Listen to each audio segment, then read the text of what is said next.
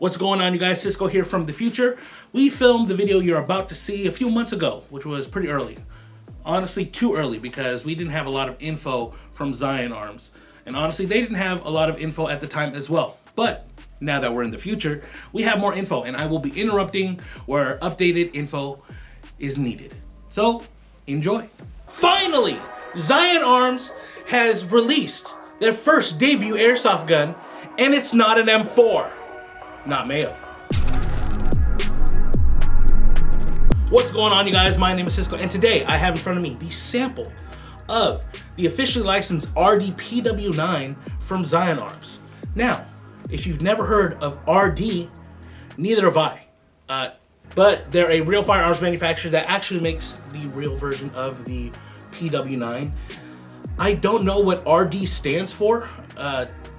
Ratatouille Dynamics. Because it's kind of like a rat, right? It's like small, but like in a good way. So it's like Ratatouille, the movie.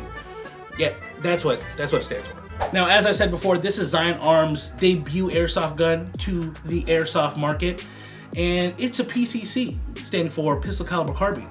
So it's not Mayo, but you know, it's halfway there. So maybe in a couple years it'll be Mayo. But let's see what this PCC has to offer. Starting off with this beautiful billet style receiver. Guys, it is so nice. It's just as fancy as the classic Army X9. Maybe a little bit better, but the lower receiver features standard AR controls, the fire selector, a nice flat trigger, an ergonomic grip, and a magazine release right where a M4 magazine release would be. Not like the G&G ARP9 where you have to hit the lever. No, just a quick button and then it just boop, pops out.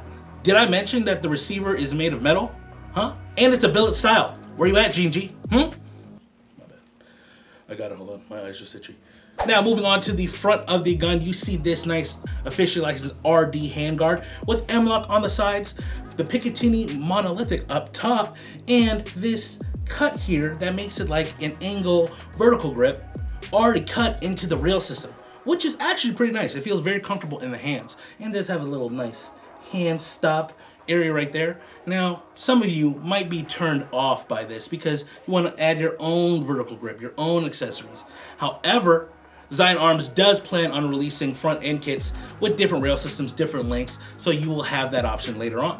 Now, what makes this PCC different than others that makes it just oh so tasty is the front charging handle where you can just, and did I mention it has a functional bolt catch. Very nice touch, Zion Arms. Thank you for listening.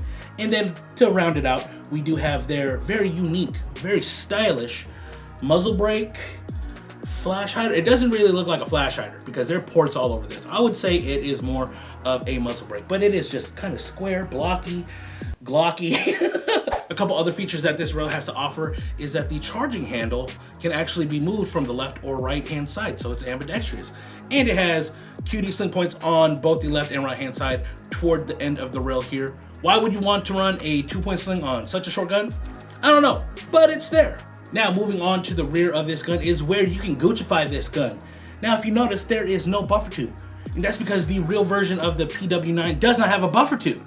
But there is a Picatinny rail space there for you to add your braces, your vertical grips, your degenerates, or other stock accessories like the MCX, or dare I say, the not MPX. With this Picatinny rail section, you can add real Sig Sauer MPX, MCX stocks, like that weird drop stock gas mask thing that some of you speedy boys run. I see you.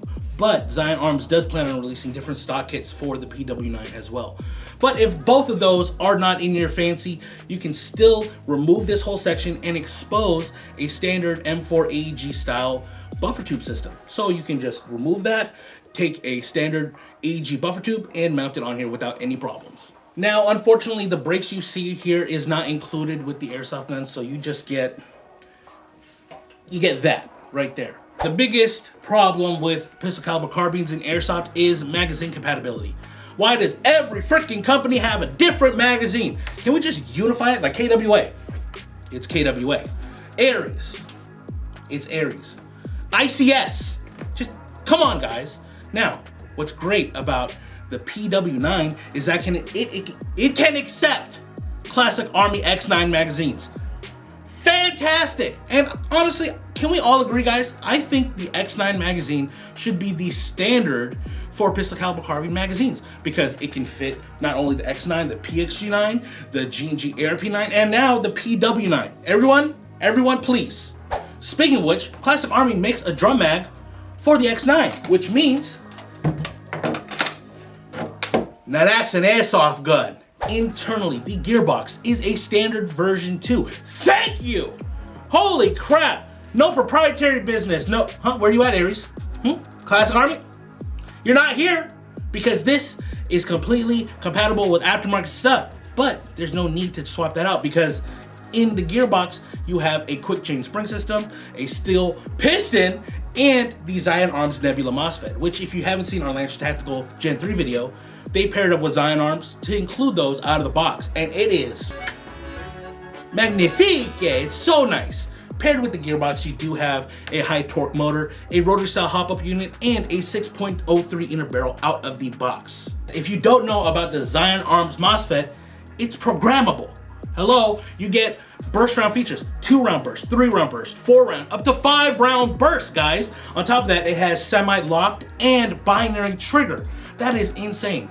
And then the additional feature, it has active braking. Guys, if you haven't seen our Lancer Tactical Gen 3 torture video, this MOSFET is included in the Gen 3s out of the box. And we put a LiPo airsoft gun destroyer into that MOSFET, and it just worked. I tried to destroy it. It won't die, and I don't know why, but it's nice. Zion Arms hit the ground running and came out with a modern airsoft gun out of the box. Thank you. Hey, by the way, if you remember our video that we did on Zeus Arms, due to some legal and talk about, they became Zion Arms. And they took all the market research that we did for them and all of the questions that were answered, and they created this with you guys in mind.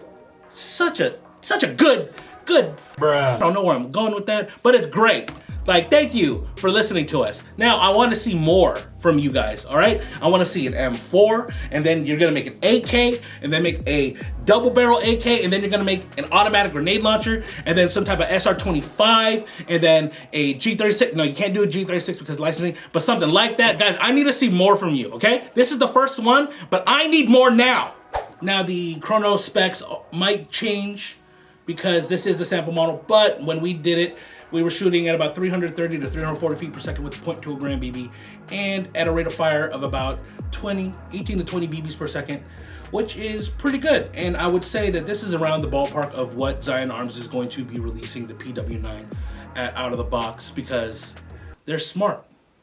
Aren't you, Zion Arms? Yeah, you are.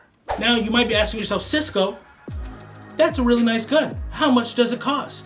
And to that I say, I'm not sure. Thank you, Pat Cisco, for all of that lovely information. But for information that you're here for, the price. Is the price right? The Zion Arms PW9 is going to be retailing for about $350. But that does include the LiPo battery, the charger, and a speed loader. So about 350 bucks, you're getting into a high-end AEG, but with an actual LiPo battery made for the gun, which is actually super dope compared to like the 9.6 volt nickel metal hydrides you normally get. And the charger, which is, you know, it's a LiPo charger, that's good. Speed loader, you need it for the magazine, let's be honest. All right, guys, it's time. You don't know how long I've been holding my breath to announce this thing, but it's here, and let's go shoot it. All right, guys, so we're in the back right now. I'm technically not supposed to be doing this because I didn't get permission, but I wanted to show you guys what it's performing like right now. So one gripe that I do have is that the stock is custom made for the battery, and Zion Arms is going to be releasing a battery for this particular model. But Zion, fix this. Future Cisco again. Zion Arms actually released the battery for the PW9, and it's now available at airsoftgi.com for about 22 bucks, specifically for this model. But Zion Arms is going to be releasing a version of this gun with an M4 buffer tube, and you can mount whatever battery you want that'll fit in the stock or the buffer tube. the M4 buffer tube versions that they're going to be releasing will be able to take whatever you want, because stop. But let's give it a test fire. Very snappy. Okay, right off the bat, very trigger responsive. Like, this thing is very nice. What I would expect with that Zion Arms Nebula MOSFET, I'm just gonna do full auto.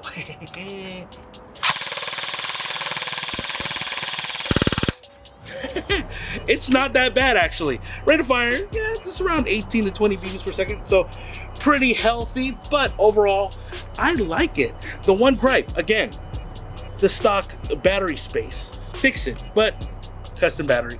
So at $350, you're getting a pretty fair deal. You're getting a high-performing gun with a usable LiPo battery and charger out of the box. But I am excited to see what Zion Arms has for us in the future. I'm surprised they actually did a PCC as their first AEG.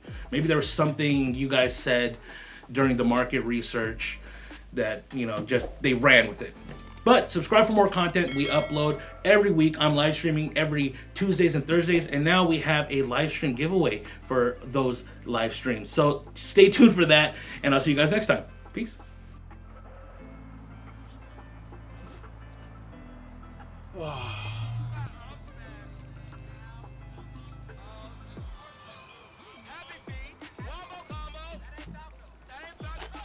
Hey, stop! Whoa!